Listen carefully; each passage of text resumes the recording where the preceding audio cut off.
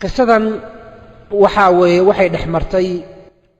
Xajaaj bin Yuusuf al-Thaqafi oo aad garanaysaan amiir ka ahaa dhulka Ciraaq dawladii Amawiyiinta xilligeeda iyo wiil yar oo ka dhashay Bani Haashim. Xajaaj waxa abtiyaal u ahaa reer Bani Umayya oo Mucaawiya uu ka dhashay. wiilkan yarna wuxuu istirahaan ka soo jeeday reer Bani Haashim oo Ali bin Abi Talib uu ka dhashay, dagaalna uu ka dhaxeeyay labada qolo. qisadu waxa ay ku bilaabanaysaa Xajaaj bin Yuusuf al-Thaqafi. Xajaaj bin Yuusuf al-Thaqafi ayaa maalin maalmaha ka mid ah waxa uu aaday inuu soo ugaarsado. waxa uu baxay ugaarsi. Xajaaj bin Yuusuf al-Thaqafi waxa niri waxa uu baxay ugaarsi si uu soo ugaarsado ugaar. ninkii Xajaaj ahaa markii uu banaankii magaaladii ka tagay buu wuxuu arkay wiil yar oo gacanta ku haya 9 ay xarga ay ku xiran yihiin. 9 ay xarga ay ku xiran yihiin ayuu gacanta ku hayay wiilkii yaraa.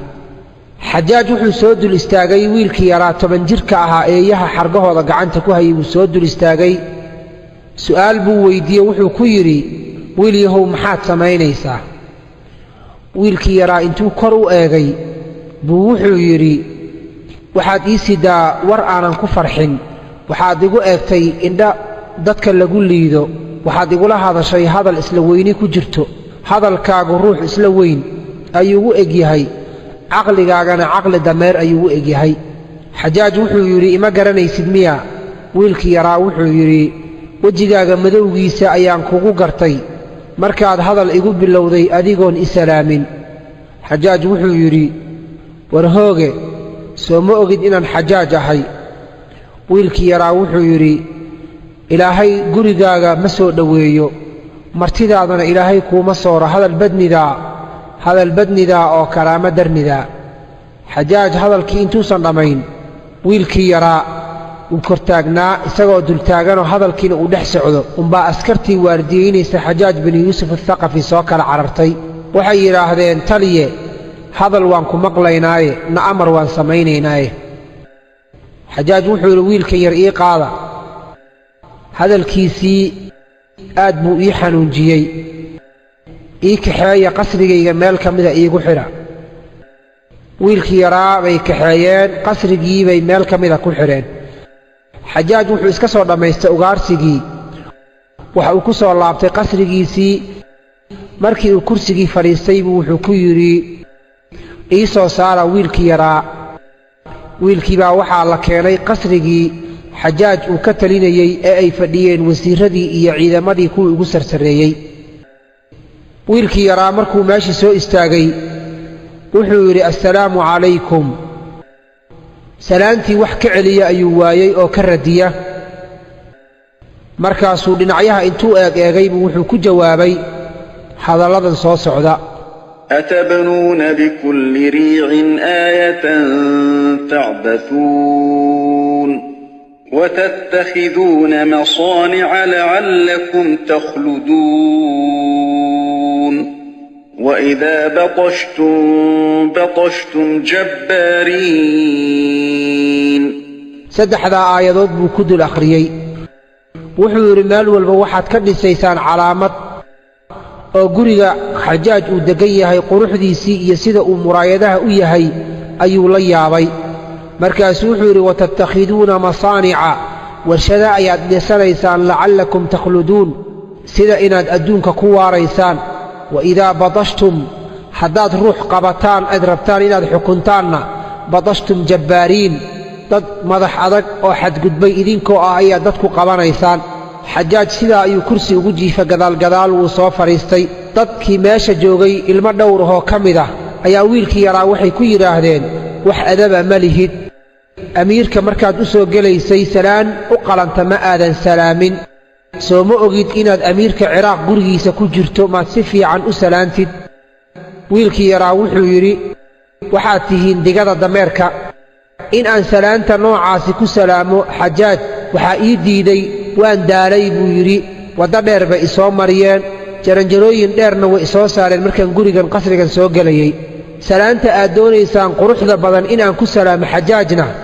waxaan ku salaamayaa amiiruulmu'miniin iyo asxaabtiisa ayaan ku salaamayaa oo wuxuu ula jeedaa cali bin abi aalib iyo asxaabtiisii ayuu ula jeeday xajaaj wuxuu yidhi wiilkiibuu su'aal weydiiyey wuxuu yidhi maanta waxaa timid buu yidhi wiil yahow ajashaadii geeridaadii baa soo dhowaatay rajadii noloshii adduunyada aad ku lahayd inaad sii noolaato wiil da'yar baad tahayna way baaba'day wiilkii yaraa wuxuu yidhi xajaajow ajashayda hadday gacantaada ku jirto hadalkaaga ima dhibayo wax yar iyo wax badan waxaad igu tidhaahdaba ma dhibsanayo wiilashii meesha fadhiya qaarkood baa waxay yidhaahdeen jahligaaga iyo edabdaradaada waxay ka gaartay khabiidkii wuxunka ah amiiruulmu'miniin inaad sidaa ula hadasho sida carruurta facaaga aad ula hadlaysa miya adab marihid bay dhaheen fiiri qofka aad la hadlayso si adab iyo usluubna ugu jawaab ixtiraamna u samee waa amiirkii ciraaq iyo shaam wiilkii yaraa wuxuu yidhi ma maqal miyaa buu yidhi ilaahay subxaanahu wa tacaala hadalkiisii ma idan maqal miyaa soo ilaahay ma dhihin يوم تأتي كل نفس تجادل عن نفسها وتوفى كل نفس ما عملت وهم لا يظلمون naf walba iyada isu doodaysa soo lama dhihin aniga isu doodaya idhaafa xajaaj baa marka wiilkii hadal ku bilaabay oo wuxuu ku yidhi hadalkii hadda aad lahayd yaad ula jeedday salaantii gaarka ahayd oo hebel baan salaamayaa yaad ula jeedday wuxuu ku yidhi waxaan ula jeeday amiiruulmu'miniin baan ula jeedoo cali bin abi aalib baan ka waday cali bin abi aalib iyo asxaabtiisii baan ka waday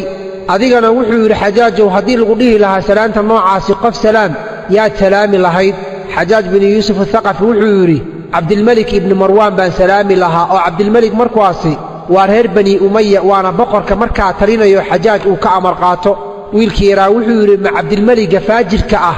lacnadda alla ha ku dhacdee tii malaa'igta iyo tii dadkaba ha ku dhacdee makaas ayaad salaamaysaa xajaaj wuxuu ku yidhi maxaad u tidhi cabdilmelik faajir maxaad u tidhi wuxuu yidhi khalad yar uu galay baa muslimiin badan dartiisa loo baabi'iyey dadkii meesha fadhiyey wasiirradii iyo dadkii xajaaj la joogay xilka meesha qayb ka hayay qaar ka mid ah ayaa waxay yidhaahdeen xajaajow wiilkan dil maxaa dhacay daacadii amiirkii in la adeeco la rabay wuu ka baxay jamaacadii in lagu dhex jiro la rabayna wuu ka dhex baxay oo dadkii isku duubnaa bannaanka ayuu ka taagan yahay cabdilmelik ibni marwaanna wuu aflagaadeeyey marka in la dila ayaan ku xukunnay wiilkii yaraa wuxuu yidhi xajaajow dadkan kula fadhiya edab u yaal waa dad jaahiliinah waxa aan ahay ma fahmayaan xajaaj baa dadkii wuxuu ku yidhi aamusa ani isaga isu keendaaya xajaaj baa wiilkii wuxuu weyddiiyey wuxuu ku yidhi ma garanaysaa walaalkay xajaaj waxaa walaal la ahaa nin sidiisoo kale u dhib badanoo yaman mas-uul ka ah marka wuxuu yidhi ma garanaysaa walaalkay wiilkii yaraa wuxuu yidhi haa walaalkaa waa fircown markuu nebi muuse u yimid iyo haaruunoo wada socdo si carshigii uu ugu fadhiyey isagas ay uga qaadaan dadkii la fadhiyey buu la tashaday adigana fircoon baa walaal kula ahoo kuwan kula fadhiya ayaad la tashanaysaa xajaaj wuxuu yidhi qoorta ka gooya marba haddii fircoon la sheegayba wuxuu yidhi qoorta ka gooya ruqaashi nin la yidhaahdo waa xajaaj ka agdhow wasiirrada ugu dhowdhow ah baa intuu xoogaa wiilka yaraa u naxay buu is yidhi wiilkan yar haddii qoorta laga gooyo da'dan yar waa ilmo yare bal badbaadi markaas wuxuu yidhi amiiruulmu'miniin oo xajaajow ilaahay ha kuu gargaaree inaadan wiilka dilin isku day aniga isii buu yidhi anigaa barbaarinayoo tarbiyaynayee isii xajaaj wuxuu yidhi kaxayso ilaahayna kuuma barakeeyo wiilkii yaraa baa sida addoon camal loogu gorgortamayaa kaxayso ilaahayna kuuma barakeeyo wiilkii yaraa wuxuu yidhi uma mahad celinayey buu yidhi kii i bixiyey iyo kii la i siiyey midna uma mahad celinayo xajaajow wax i siiyo qaado dad yidhi iyo kii i qaadanaya labaduba mahad iguma laha ruqaashigii wiilka yaraa u turayo inuu kaxaysta rabay baa wuxuu yidhi waryaa sideed u hadlaysaa inaan geeri kaa badbaadiyo ayaan doonayey adigana hadalkan miyaad igula hadlaysaa intuu yidhi buu xajaaj eegay buu yidhi amiirow ma doonaya inaan kaxaystee waxaa doonta ku samee xajaaj marka wuxuu yidhi wiil yahow dhegayso waddankeed ka timid wiilkii yaraa wuxuu yidhi masar baan ka imid xajaaj wuxuu yidhi magaaladii faasiqiintii baad ka timid miyaa dhul faasiqiin baad ka timid wiilkii wuxuu yidhi maxaad ugu magacowda magaalada faasiqiinta xajaaj wuxuu yidhi biyaheedana waxaa lagu cabaa weelal dahabah dumarkeeduna magaalada aad ka timid waa dumar heesaha ciyaaro oo meelaha ku boodboodo naylka webiga nayl ee dhexmarana waa webi cajiib ahoo dadku ay la yaabaan ehelka deggan masarna cajam ma aha carabna ma aha wiilkii yaraa wuxuu yidhi haddaba anugu magaaladaa kama iman la soco xajaaj wuxuu yidhi xaggeed ka timid wiilkii wuxuu yidhi ahlu khuraasaan baan ahay dhulkii muslim iyo bukhaari ay ka soo baxeenoo iiraan iyo afghanistaan dhulkaa ayuu sheegtay xajaaj wuxuu yidhi min sharri makaan meel lala yaabo shar badan baad ka timid diinkuna ku yar yahay wiilku wuxuu yidhi maxaa sidaa u tidhi xajaaj wuxuu yidhi waa dad cajam ah oo aan carab ahayn oo cajam ah weeye waa sidii xoolaha ariga iyo lo'da iyo geeloo kale weeye hadalkooda wuu culus yaho lama karo midkooda qaniga oo hantida lehna waa bakhayl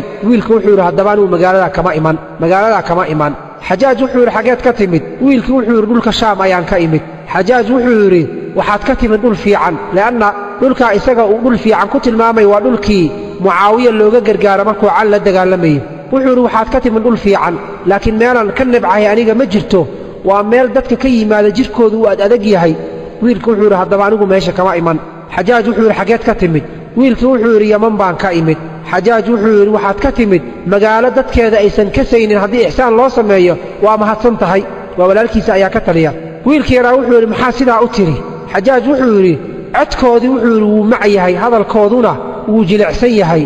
midkooda caqliga badanna wuxuu isticmaalaa miyuusiga iyo heesaha kan jaahilkana khamriga ayuu cabbaa wiilkii yaraa wuxuu yidhi aniga ka mid ma ahi haddaba kuwa xagga kama dhalan xajaaj wuxuu yidhi xaggeed ka timid wiilku wuxuu yidhi reer maka ayaan ahay xajaaj wuxuu yidhi waxaad ka timid kuwa shar badan oo jaahiliin ah caqligoodu yar yahay dhul ay ku nool yihiin baad ka timid wiilkii yaraa wuxuu yidhi maxaad sidaa u tidhi xajaaj wuxuu yidhi waa qolo ilaahay uu nebi wanaagsan ka soo dhex saaray nebigii bay beeniyeen wayna eryeen qolo ayaa ilaahay ku badbaadiyey oo ilaahay uu ku soo dhoweeyey nebiga isaga ah jeclaaday karaameeyey wiilkii yaraa wuxuu yidhi haddaba anigu meesha kama iman xajaaj wuxuu yidhi jawaabahaagu waa igu bateen qalbigayga wuxuu ii sheegayaa inaan ku dilo wiil yahow inaan ku dilo wiilkii yaraa wuxuu yidhi geeridayda hadday gacantaada ku jirto adigaa ma ku caabudi lahaa ee xajaajo waxaad ogaataa aniga inaan ka imid magaaladii rasuulka inaan ka imid ogsoonow madiinatulmunawara inaan ka imid xajaaj wuxuu yidhi magaalo wanaagsan baad ka timid dadka deggan waa ahlu iimaan waa dad wanaagga jecel ee qabiilkeed ka dhalatay qabiilka aad ka dhalatay ii sheeg xajaaj wiilkii yaraa wuxuu yidhi waxaan ka dhashay reer la yidhaahdo bani khaalib ayaan ka dhashay oo isir ahaanna uu ka dhashay cali bin abi taalib nasab walboo adduunkan ku abtirsada qolana wuu baabba'aa nasabkanagii mooye haddaan annaga nahay reerka nebiga ma baabba'ayno ilaa maalinka qiyaamo waan jiraynaa xajaaj intuu carooday aad u carooday buu yidhi wiilkan madaxa ka gooya dadkii meesha fadhiyey baa waxay yidhaahdeen xajaajo waa wiil yara in la dilo ma mudnee maad iska daysid xoogaha iyaguna caatifadan oo dhinacan rasuulka iyo familkiisi way qaadday xajaajna way ka baqayaan xajaaj wuxuu yidhi maya khasab waxaa ah in la dilo wiilkan xitaa hadduu samada ka dhawaaqo ruux dhawaaqaya uu yidhaahdo yaan la dilin oo wuxuu ula jeedaa malag xataa hadduu ilaahay soo diray yidhahdo wiilka yaan la dilin wiilka in la dilo waa qasab wiilkii yaraa wuxuu yidhi nebi ma tihide yaa samada kaaga dhawaaqayo xajaaj wuxuu yidhi oo inaan ku dilo hadda yaa iga kaa hortaagan ayuu xajaaj wiilka weyddiiyey wiilkii yaraa wuxuu yidhi waxaana kala taagan inaad i disho ee ruuxa qalbiga iyo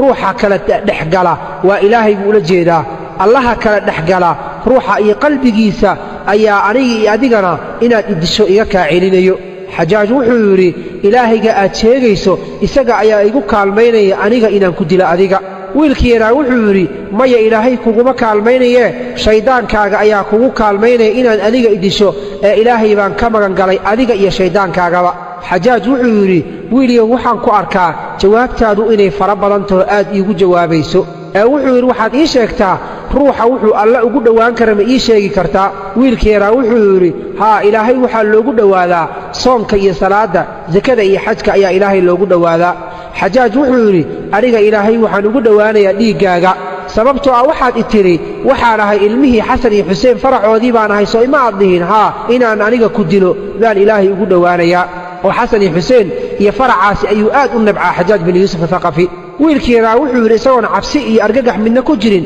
aniga waxaan ahay buu yidhi owlaaddii rasuulka ayaan ahay sala allahu calayh wasalama ajashayda iyo geeridayda hadday gacantaada ku jirto shayddaankaagii ayaa yimid buu yidhi si uu aakhiradaada u fasahaadiyo ayuuna kugu yimid oo inuu aakhiro kaa fasahaadiyo ayuu doonayaa wiilkii yaraabaa ku jawaabay oo xajaaj baa wuxuu ku jawaabay wuxuu yidhi ma waxaad leedahay owlaaddii rasuulka ayaan ahay oo geerina waad necabta waad ka baqaysaa miya wiilkii wuxuu yidhi mayo ilaahay sooma dhihin walaa tulquu biaydiikum ila tahluka gacmihiinna halaagha isku gelinina ilaahay sooma dhihin xajaaj wuxuu yidhi yaa ku dhala wiil yahow ii sheeg wuxuu u raadinayaa hadallo inuu wiilka wax un ku daayo markaasuu wuxuu yidhi yaa ku dhala wiil yahow wiilkii yaraa wuxuu ku jawaabay hooyo iyo aabbo ayaa i dhalay hooyo iyo aabbo unbaa i dhalay xajaaj wuxuu ku yidhi xaggeed ka timid wiilkii yaraa wuxuu yidhi dhulkan ballaaranoo ilaahay abuuray meel ka mid ah ayaan ka imid xajaaj wuxuu yidhi waxaad ii sheegtaa wiil yahow carab yaa u karaamo badan carabta reerka ugu deeqsinimo badan ee waxbixinta badan yaa weeye wiilkii yaraa wuxuu yidhi banuu tayi qabiil la yidhaahdo ayaa carab ugu deeqsinimo badan xajaaj wuxuu yidhi maxay deeqsinnimadaa banuu tayi iyo karaamadaa ku gaareen wiilkii yaraa wuxuu yidhi waxaa ka dhashay xaatimul asam ninka la yidhaahdo ayaa ka dhashay xajaaj wuxuu yidhi carab yaa u sharaf badan haddaba qabaa'ilkii buu soo tirinayaa carab yaa u sharaf badan wiilkii yaraa wuxuu yidhi banuu mudar baa u sharaf badan qabiilka banuu mudar la yidhaahdo ayaa u sharaf badan xajaaj wuxuu yidhi maxay sharafta ku gaareen wiilkii yaraa wuxuu yidhi nebi moxamed sala allahu calayh wasalama ayaa ka dhashay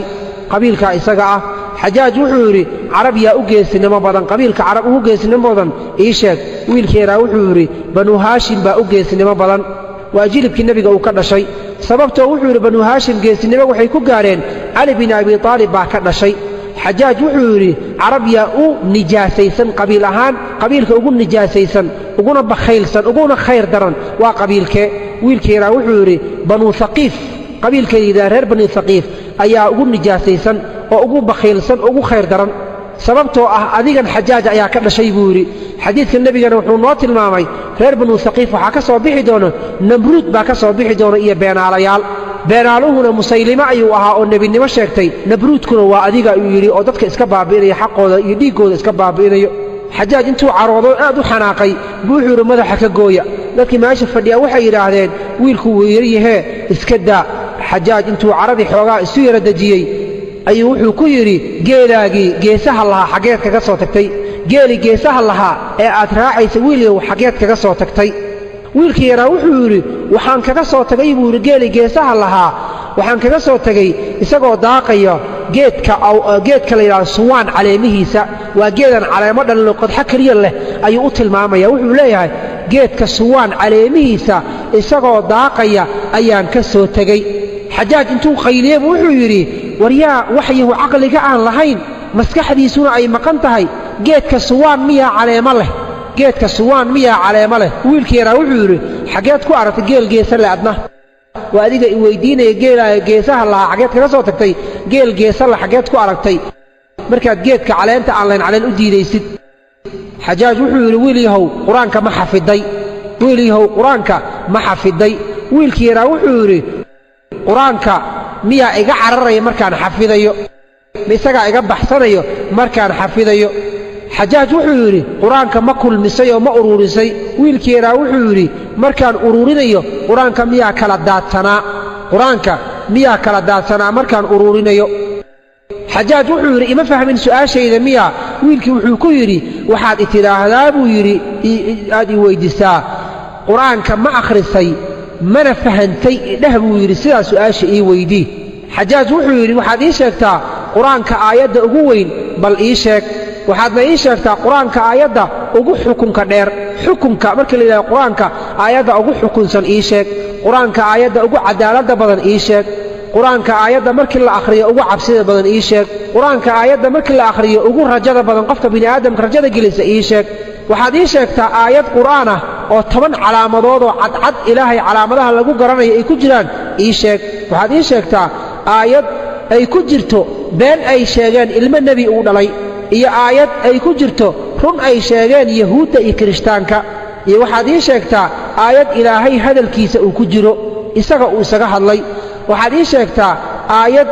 malaa'igta hadalkeeda ay ku jirto waxaad ii sheegtaa aayad hadalka ahlu jannaha uu ku jiro waxaad ii sheegtaa aayad hadalka ahlu naarkana ay ku jiro waxaad ii sheegtaa aayad ibliis hadalkiisa lagu sheegay wiilkii yaraa wuxuu yidhi dhegayso wuxuu yidhi aayadda ugu weyn ee qur-aanka ku jirto waa aayatul kursi aayadda qur-aanka ugu xukunsanna aayadda qur-aanka marka la akhriyo ugu cadaaladda badan waa oo cadaaladda ayay tilmaanto qof walba wuxuu ula yimaado unbaa loo miisayaa aayadda wuxuu yidhi qur-aanka ugu cabsida badan waa aayadda ilaahay uu ku sheegay ayatmacu ma wuxuu rajaynayaa kullu mri'in qof walboo idinka mida oo minhum gaala ka mid ah an yudkhala jannata naciim qof walboo gaal adduunka joogo ma inuu janno iska gala ayuu doonayaa aayadda ayada ah ayaa aayadda ugu damaca wanaagsan ah wuxuu yidhi aayadda ugu rajada badan ruuxa markii uu rajo uu doonayana inuu akhriyo laga rabo waxay tahay aayadda ilaahay oo ah addoommadayda xadka gudbay waxaad u sheegtaa inaysan ka quusanin naxariistayda ilaahay dembiyada oo dhan wuu dhaafaa aayad ay ku jirto 10 calaamadood oo lagu garanaya calaamadaha ilaahay lagu garanaya ah waxa weeye buu yidhi oo micnaheedu ay tahay samaawaadka 7 ah iyo 7 dhul waxaa ku jirta iyo habeenka isbedbedelkooda iyo maalinka aayado ilaahay lagu garanayo oo waxa uu sheegay 7 cir iyo hal dhul oo 8 ah iyo habeenkii iyo maalinkii 10 kaga dhigay ayaa lagu sheegay qur-aanka wuxuu yidhi aayadda ay ku jirto been ilmo nebi ay sheegeen waa aayaddii nebillaahi yuusuf walaalihiisii markii ay ceelka intay ku rideen aabbahood aadeen ay u sheegeen inuu dhurwaa cunay waxay la yimaadeen qamiiskii nebi yuusuf dhiig beenah ayagoo ku soo shubay waxay ahaayeen waa ilmihii nebi yuusuf la dhashay been bay sheegeen jannada ayayna galeen sidaa ayuu leeyahay aayadda ay yahuudda iyo kirishtaanku runta ku sheegeenna waa aayadda ilaahay uu leeyahay kirishtaanku waxay dhaheen yahuuddu wax diina ma haystaan yahuudduna waxay yidhaahdeen kirishtaanku waxba diina ma haysto run bay sheegeen oo diin ma haystaan haddana naar bay galeen buu yidhi aayadda ilaahay uu nafsadiisa xaqiisa uu ka hadlayna waxay tahay jin iyo insi uma abuurin inay caabudaan mooye waa xaqa ilaahay subxaanahu wa tacaala uu leeyahay ayay aayaddaa tilmaantay aayadda ku jirta hadalka nebiyada waxay tahay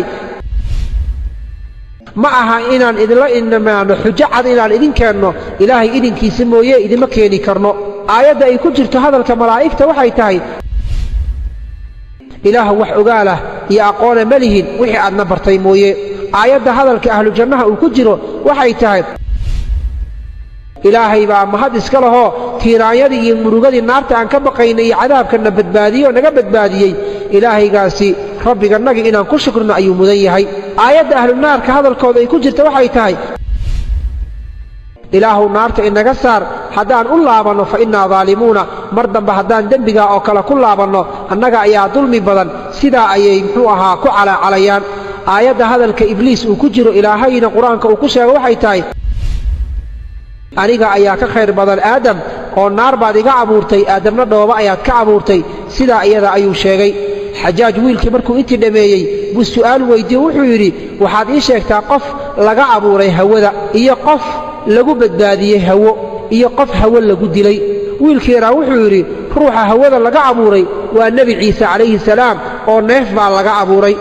ruuxa hawada lagu badbaadiyeyna waa nebi sulaymaan oo dabayl iyo waxbaa u shaqayn jiro uu ku badbaadi jiray ruuxa hawada lagu dilayna qolada hawada lagu baabi'iyeyna waa qowmu caado waxaa lagu dilay iyaguna hawadii iyo dabayshii baa lagu halaagay xajaaj wuxuu yidhi waxaad ii sheegtaa ruux laga abuuray geed naf geed laga abuuray iyo ruux geed lagu dilay iyo ruux geed lagu badbaadiyey intuba ii sheeg wiilkii yaraa wuxuu yidhi waxaa geed laga sameeyo naf ahoo geed laga abuuray ushii nebi muuse calayhi salaam markii ay maska isu beddeshay ayadoo geed ka samaysan bay mas isu beddeshay haddana ruuxa geedka ilaahay uu ku badbaadiyeen waa nebi nuuxoo markii dhulkii cirka biyaha ka yimaadeen dooni geed ka samaysan baa ilaahay ku badbaadiyey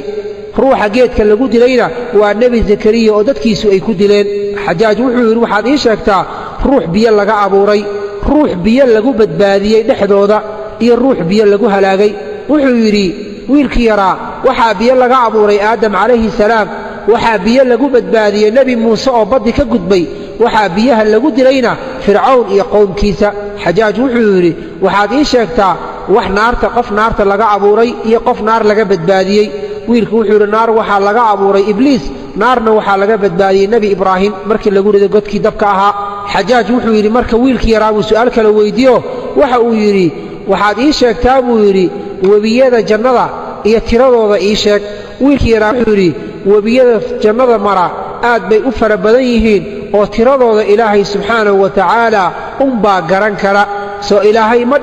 dhihin jannada waxaa ku jiro webiyaal biyo aan isbeddelaynin webiyaal caana aan dhadhankoodu beddelmaynin iyo waxaa ku jiro webiyaal khamri oo qofka caba qolada cabta ay dhadhansanayso iyo webiyaal malab ahoo saafiyaal ah ayaa ku jira soo ilaahay subxaanahu wa tacaala ma uusan dhihin markaasuu wiilkii yaraa wuxuu yidhi dhammaantood buu yidhi webiyaasha aad arkayso hal meel bay ka soo wada burqadaan iyagoo caano iyo biyo iyo khamri iyo muxuu ahaa malab isla ah bay haddana hal meel ka soo burqadaan iskumana darsamaan buu yidhiyo biyihii iyo caanihii baa istaabta lama dhahayo wuxuu yidhi mid la mid ah webiyaasha iyadu sidaa ahna kuwa la mid ah adduunyada ayaa laga helaa oo madaxa bini'aadamka ayaa laga helaa buu wiilkii yaraa wuxuu yidhi webina dhadhankiisa wuxuu yidhi waa dhanaan webina dhadhankiisu waa kharaar webina dhadhankiisu wuu mac yahay haddana webiyada iyaga ah iskuma darsamaan oo wuxuu ula jeedaa isha biyaha ka soo baxo ilintu waa dhanaan buu yidhi dhegta dhukayga iyo malaxda ka soo baxdana waa kharaar afka candhuufta ka soo baxdana waa macaan saddexduna madaxii bay ka soo baxaan haddana iskuma darsamaan xajaaj wuxuu yidhi ahlu jannuhu way cunaan way cabbaan mana saxaroodaan ee wax la mid ah ahlu jannaha ma laga helaa adduunyada ruux intuu cuno cabo aan saxaroon wiilkii yaraa wuxuu yidhi haa waa uurku jidhka caloosha hooyada ku jiro ubadka yar waxbuu cunaa waxbuuna cabaa mana haddana caloosha hooyada ku dhex saxaroonayo xajaaj wuxuu yidhi waxaad sheegtaa buu yidhi dhiiggii ugu horreeyo adduunyada ku dhibcay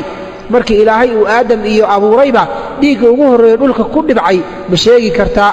markaas wiilkii wuxuu yidhi haa waa dhiiggii xaawo ka yimid xaydka ahaa caadadii kaa ayaa ugu horreeyey wax dhiig ah oo dhulka ku dhibca xajaaj wuxuu yidhi waxaad ii sheegtaa caqliga bal wax iiga sheeg iimaankana wax iiga sheeg caqliga wax iiga sheeg iimaankana wax iiga sheeg xishoodka wax iiga sheeg deeqsinnimada wax iiga sheeg geesinimada wax iiga sheeg karaamada iyo sharafka wax iiga sheeg shahwada iyo qooqana wax iiga sheeg buu yidhi waad garata soomaan wiilkeenaa wuxuu yidhi haddaan wax kaaga sheego caqliga ilaahay 10 buu u qaybiyey 9 ragga ayuu siiyey halna dumarka ayuu siiyey iimaanka ilaahay 10 buu u qaybiyey 9 reer yaman baa la siiyey halna adduunka kalaa loo qaybiyey xishoodka ilaahay wuxuu u qaybiyey 10 9 dumarka ayaa la siiyey halna ragga ayaa la siiyey deeqsinimada ilaahay wuxuu u qaybiyey 10 9 ragga ayaa la siiyey halna dumarka ayaa la siiyey geesinimada iyo sharafka ilaahay 10 buu u qaybiyey 9 carab baa la siiyey halna adduunka ayaa loo qaybiyey shahwada iyo qooqa iyo damcuna ilaahay 10 buu u qaybiyey 9 dumarka ayuu siiyey halna ragga ayuu siiyey waad garata soomaa wuxuu yidhi ilaahay caqliga 10 buu u qaybiyo 9 waxa uu siiyey ragga halna dumarka ayuu siiyey iimaanka ilaahay wuxuu u qaybiyey 10 9 reer yaman baa la siiyey halna adduunyada kale ayaa loo qaybiyey xishoodka ilaahay 10 buu u qaybiyey 9 dumarka ayuu siiyey halna ragga ayuu siiyey deeqsinnimada ilaahay 10 buu u qaybiyey 9 waxa uu siiyey ragga halna dumarka ayuu siiyey geesinimada iyo sharafka ilaahay wuxuu u qaybiyey 10 carab 9 buu siiyey sharaf jaceylka iyo geesinimada carab 9 buu siiyey halna waxa uu siiyey adduunka inta ka soo hartay qooqa iyo waxdoonkuna damaca ilaahay 10 buu u qaybiyo 9 dumarka ayuu siiyey halna ragga ayuu siiyey xajaaj markaas wuxuu yidhi waxaad ii sheegtaa su'aal baan ku weydiinayaaye qofka muslimka sanadkii hal mar wax ku waajibay ii sheeg wiilku wuxuu yidhi waa soonka xajaaj wuxuu yidhi waxaad ii sheegtaa qofka muslimka cimrigiisa hal mar wax ku waajiba wiilkii wuxuu yidhi waa inuu beydka ilaahay u soo xajiyo xajaaj wuxuu yidhi waxaad ii sheegtaa waxa kuugu dhow hadda adiga agtaada kuugu dhow ii sheeg wiilku wuxuu yidhi aakhiro ayaa ii dhow aakhiro ayaa hadda ii dhow xajaaj wuxuu yidhi subxaana allah ilaahay baa xumaan ka fog buu yidhi qofkuu doono ayuu xikmad siiyaa buu yidhi ma arkin buu yidhi wiil adiga cilmi iyo caqli iyo maskax kugu dhan ma arkin wiilkii yaraa wuxuu yidhi waan mudanahay in la isiyo waan mudanahay inaan helo xajaaj wuxuu yidhi dadka yaa u xaqnimo badan inay khaliif noqdaan qofka inuu xukumo dad xukumo yaa u xaqnimo badanoo qofka inuu dadka hoggaamiyo wiilkii yaraa wuxuu yidhi kan dadka markay khaldamaan iska cafiyo wanaagna ugu beddela labada qofood ishaysatana cadaalad u sameeyo. xajaaj wuxuu yidhi waxaad ii sheegtaa haweenka bal wax iiga sheeg, haweenka bal wax iiga sheeg. wiilkii yaraa wuxuu yidhi wiil yar baan ahoo 10 jir ah, haweenna weli ma aanan guursan, dumarna weli ma aanan shukaansan, welina lama aanan seexan oo ma aanan jeclaan, maxaad iga weydiinaysaa? balse haddii aad jeceshahay waxa dadka ay ku sheekaystaan oon meelaha ka maqmaqlay baan wax kaaga sheegayaa. markaasuu wuxuu yidhi xajaajow haddaad hesho gabar 10 jir ah xuurulciin baad gacanta ku haysaa buu yidhi. gabar 10 jir ah haddaad hayso xuurulciin ayaad gacanta ku haysaa iyosan kaa fakan. waad garata soomaan? xuurulciin baad gacanta ku haysaa iyosan kaa fakan. 20 jir haddaad heshana muraayad iyo wax dhaldhalaalayo qurux badanood fiiriso indhahaagu qabtaan waad haysataa. 30 jir haddaad heshana jannatu naciim, janno iyo barwaaqaad gacanta ku dhigtay. 40 jir haddaad heshana cad iyo cadiin iyo baruur baad gacanta ku haysaa. 50 jir haddaad heshana wiilal iyo gabar waad heshay. 60 jir haddaad aragtana 60 jir maxaad iga weydiina oo faa'iidada kugu jirta maxay tahay buu yidhi, dan miyaa kugu jirto. 70 jir iyo 80 jirna waa cajuuso gabowday, isaga fogow ka carar. 90 jirna waa shaydaane ka tag. 100 jirna waa asxaabuuljaxiime, isaga carar. xajaaj intuu qosl la dhacay buu wuxuu yidhi dumar teebaa u wanaagsan, dumar teebaa u wanaagsan. wiilkii yaraa wuxuu yidhi dumar waxaa u wanaagsan buu yidhi tan muuqaalkeeda iyo dhismaheeda jidhkeeda quruxdeeda ay ku qanciso, carabkeedana uu fasiix yahoo aan lahayn carabgajo iyo shigshig midna aanan ku jirin. marka ay ku soo qaabisho soo socoto horteeda aad aragtanu naaska ibtiisa u nuuxnuuxso dhagdhagdhag u dhaho, markay sii jeesatana barida ay gadaal u sii ruxanto. xajaaj wuxuu ku yidhi waxaad ii sheegtaa buu yidhi qofkii ugu horreeyey ee shicir tiriya adduunyada inta la joogay ii sheeg. wiilkii yaraa wuxuu yidhi aadam calayhi salaam buu ahaa ruuxii ugu horreeyey ee shicir tiriyey. wuxuuna tiriyey wiilkii qaabiil markii uu dilay walaalkii haabiil uu dilay ayuu nebi aadam isagoo baroor diiqanayo shicirkan tiriyey oo wuxuu yidhi bakat caynii, ishaydii way ooysay, waxuqa lahaa bukaahaa, inay ooysana xaq bay u leedahay. wadamcu lcayni, isha ilinteeda munhamilun yasiixu, way dareeraysaa, wax dareeraya weeye. famaa lii maxaa igu dhaco laa ajuudu aanan ugu deeqaynin wiilkayga bisakbi damcin ilin inaan u qulquliyo. wahaabiilu wiilkii haabiil ahaana tadammanahu dariixu, dhulka hoostiisa iga maray. ramaa qaabiilu, qaabiil waxa uu riday uu ku tuuray dhagax ah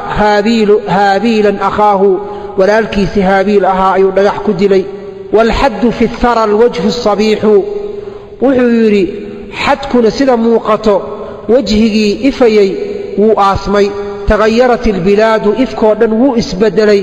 tagayarat ilbilaadu, ifkoo dhan iyo adduunkoo dhan wuu isbeddelay. waman calayhaa, iyo wixii ku dul nool. fawajhu اlardi,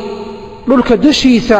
muqbarun kashiixun, waa ku isbeddelayoo midabkiisa doorsoomay. tabaddala kullu dii طacmin wa lownin, mid walboo dhadhan lahaa midab lahaa wuu isbeddelay. lifaqdika weynta aan ku waayey,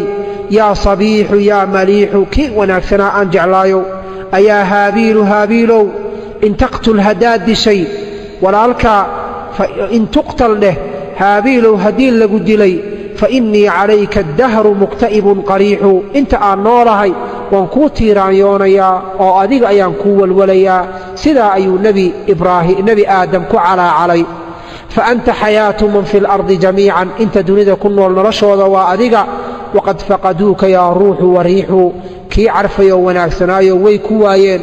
wa anta rajiixu qadrin yaa fasiixu, waxaa tahay ruux la waayey oo loo baahnaa. saliimun bal samiixun bal sabiixun, waxaa tahay ruux magangelye iyo badbaado ku jiray, bal cafin badan baad ahayd, bal ruux wanaagsan baad ahayd. walasta mayitan, ma tihid ruux geeriyooday, bal anta xayun waad nooshahay buu yidhi. wa qaabiilu shaqiyu, doqonkii ku dilay gacanta kula tegey, huwa ariixu, kan dhintay maanta adduunyada waa isaga. calayhi sakhtu min rabbi albaraayaa, caradii ilaahay dushiisa ha ku dhacdo. wa anta calayka tasliimun sariixun, badbaado iyo nabadgelyo dushaada ha ahaato. sidaa ayuu ku calaacalay nebi aadam wiilkiisa marka la dilay. markuu calaacalay kadib baa shicirkii labaadoo jawaabta waxaa u tiriyey ibliis oo meel ka dhow nebi aadam taaganaa baroordiiqiisana maqlayey. wuxuu yidhi tanuuxu waad qaylinaysaa cala albilaadi magaalooyinka ayaad ku qaylinaysaa waman calayha iyo ciddi dul saaran baad u qaylinaysaa wafi lfirdowsi jannadiina qad daaqa bika alfasiixu ciriiri kugu soo noqotay jannaduna ciriiri bay kugu soo noqoto adii ilmahaagoo janno ku jiro ayaad ku soo noolaan weysay wa kunta bihaa janno ayaad ku noolayd firdowso wasawjika iyo wiilkaaga iyo wasawjika xaaskaaga fii naciimin barwaaqo ayaad ku sugnaadeen min almawlaa allaha idin abuurta uu idin siiyey wa qalbuka mustariixun qalbigaagana wuxuu ahaa qalbi raaxaysanaya khadactuka aniga ayaa ku khayaamay fii dahaa'ii maskaxdaydii ayaan kugu khayaamay uma makrii dhagartayda beenta aheedun kugu dhaartay baan kugu khayaamay ilaa an faataka alcayshu arashiixu noloshii barwaaqada badneed ee jannada ilaa ay kaa soo gudubtay faqaala xajaaj wuxuu yidhi marka ii sheeg buu yidhi wiil yahow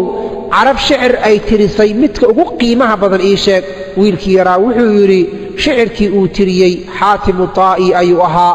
markii uu yidhi wa ukrimu dayfa waxaan karaamaynayaa martida xatman qasab iyo dirqin anigoo ay igu tahay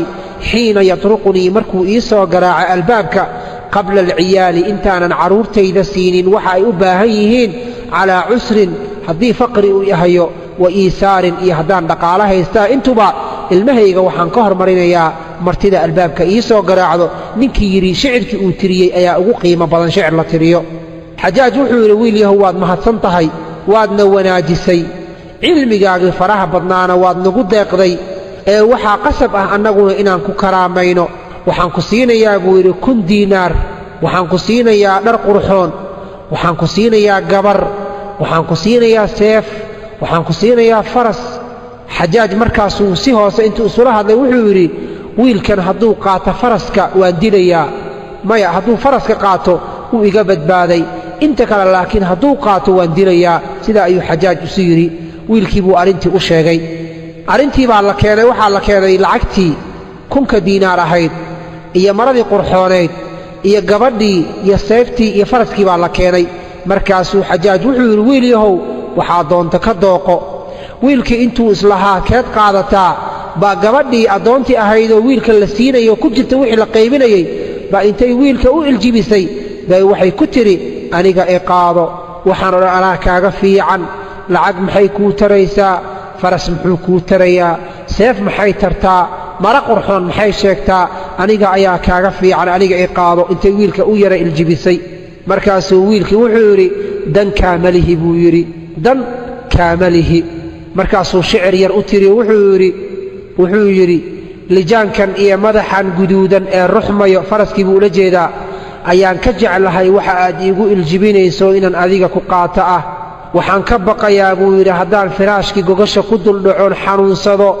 cilladii iyo jiradaydana ay dheeraato inaadan ila sii joogin waxaan ka baqayaa haddaan meel haadaan ka dhacno zamankuna uu i beddelo inaadan ii gargaarin jiis iyo wax haddaan noqdo inaadan ii gargaarin waxaan ka baqayaa haddaad lacagta yaroon haystood iga weyso in aad dadka lacagta lahoo cadowgayga ah iga raacdo gabadhii baa u jawaabtay waxay tidhi ilaahay baa xumaan ka fog bay tidhi waxaad i tidhaahdaa ayaan samaynayaa haddaad gacantayda bidixda goyso midigtaydana aad goyso sirta ninkayga qalbigayga ayaan ku qarinayaa waxaan ku qancayaa wixii yar uu ii keeno iyo wixii badanba haddaad ila noolaato dabcigayga waad garan doontaa waxaad ogaan doontaa ruux lala noolaada kan ugu khayr badan inaan aniga ahay ayaad ogaan doontaa waa garsoomaa xajaaj wuxuu yidhi marka gabadhii buu arko gabay tirinayso wiilka u iljibinayso hoogto ma xeshootid miyaa wiilka intaad u iljibisay baad weli shicir ugu jawaabaysaa miyaa wiilkii yaraabaa marka intuu hadlay wuxuu yidhi xajaajow waxaad ii keentay buu yidhi faras 1,000 diinaar mara qurxoon gabar seef haddaad khiyaar isiisood itiraahda keed qaadan lahayd faraskaan qaadanayaa buu yidhi aniga haddaad khiyaar isiiso faraska ayaan qaadanayaa waa faraskii la yidhi hadduu qaato wuu ku badbaadayaa faraska ayaan qaadanayaa ayuu yidhi haddaad khiyaar isiiso adiga laakiin haddaad xalaal tahay oo dhiig xalaal iyo dhacaan xalaala aad ka dhalatay kulli baad isiinaysaa xajaaj wuxuu yidhi qaado ilaahay kuuma barakeeye qaado kulligooda ilaahay kuma barakeeye wiilkii yaraa wuxuu yidhi waan kaa gadoomay buu yidhi adigana ilaahay wax ka dambeeya intaad isiisay kuma siiyo ani adigana mar dambe ilaahay nama kulmiyo wiilkii yaraa markii isku qaatay faraskii 1000 diinaar maradii seeftii gabadhii markuu isku qaatay buu wuxuu yidhi xajaajow xaggeen ka baxaa xajaaj gurigiisa albaabo badan buu lahaa irdaha qaar markii laga baxo qofka madaxa laga gooyaa qaar qofka gacmaha laga gooyaa qaar qofka xabsi baa la dhigaa qaar qofka waa la karaameeyaa xaggeen ka baxaa buu yidhi xajaajow xajaaj wuxuu ku yidhi albaabkaas ka bax buu yidhi haddaad ka baxdo waad ku badbaadaysaaye dadkii meesha fadhiya waxay ku yidhaahdeen wiilkan sidan kula hadlay ad adeegan carabta aysan qabin kula hadlay hadalladan jawaabahan xunxunka ku siiyey albaabka uu ku badbaadi lahaa uu ka bixi lahaa maxaad ugu tilmaantay hal la dilay ma albaabka lagu dili lahaa u tilmaantid xajaaj wuxuu yidhi hadduu iska bixi lahaa albaab xun ka bixi lahaa ma aanan celiyeen laakiin wuu ila tashaday buu yidhi xaggeen ka baxaa ayuu yidhi qofka haddii lala tashadana waa inuu aamin noqdaa qof lala tashaday waa qof la aaminay wiilkii yaraa wuxuu ka baxay albaabkii buu ka baxay isagoon waxba la gaarsiinin gabadhii faraskii 1000 diinaar maradii qurxooneed seeftii intiiba isla qaatay buu ka baxay ilaahayna uu ku badbaadiyey qisadeennii intaa ayay ku soo dhammaatay